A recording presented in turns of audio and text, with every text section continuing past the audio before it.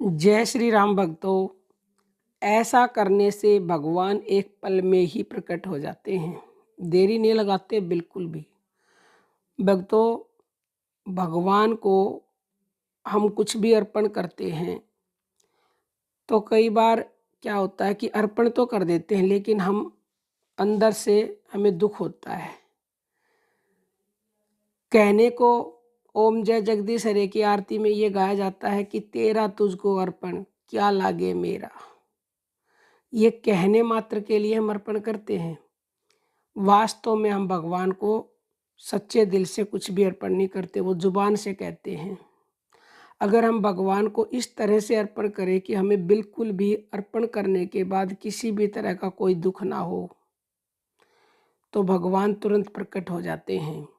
अब भगवान तो किसी भी वेश में आ सकते हैं। हमारे घर पे मान लो कोई साधु आ गया, हमने उसको कुछ दिया, उसने कोई भिक्षा मांगी और भिक्षा देने के बाद हमारा मन अंदर से दुखी होता कि आ गया कहाँ से चल के, सुबह सुबह दिमाग खराब कर दिया। तो फिर ये समझ लीजिए हो सकता है वो भगवान भगवान ही आए हों, क्योंकि भगवान तो किसी के रूप में भी आ सकते हैं। अब एक छोटी सी कथा के द्वारा समझिए। जिस समय भगवान श्री कृष्ण अर्जुन के सहित साधु वेश में सिंह को साथ लिए राजा मयूरध्वज के यहाँ पहुँचे, उस समय की बात है ये। तो उस समय उन्होंने राजा के पुत्र रत्न कुमार का आधा शरीर अपने सिंह के लिए मांगा। तो राजा ने कहा, महाराज मुझे तो कोई आपत्ति नहीं है, परंतु रानी से पूछना जरूरी है।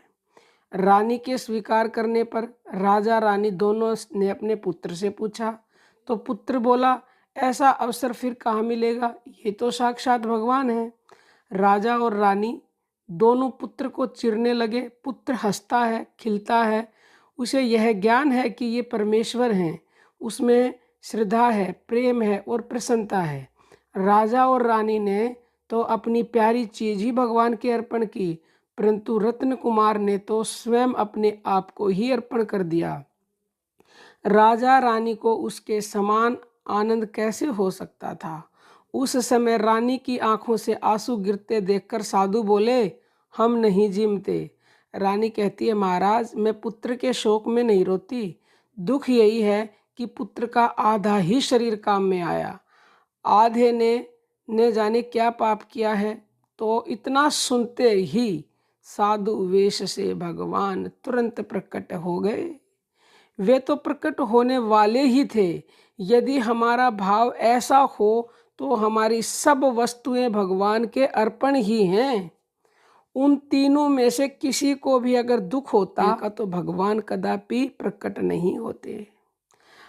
हमें जो कुछ भी अर्पण करना चाहिए, किसी को भी हम देते हैं, चाहे वो बड़ी ही खुशी के साथ, हर्ष के साथ अर्पण करना चाहिए, और भगवान को तो करना ही करना चाहिए। राजा मयूरध्वज, रानी और राजकुमार का सा भाव हो तो भगवान तुरंत प्रकट हो जाए।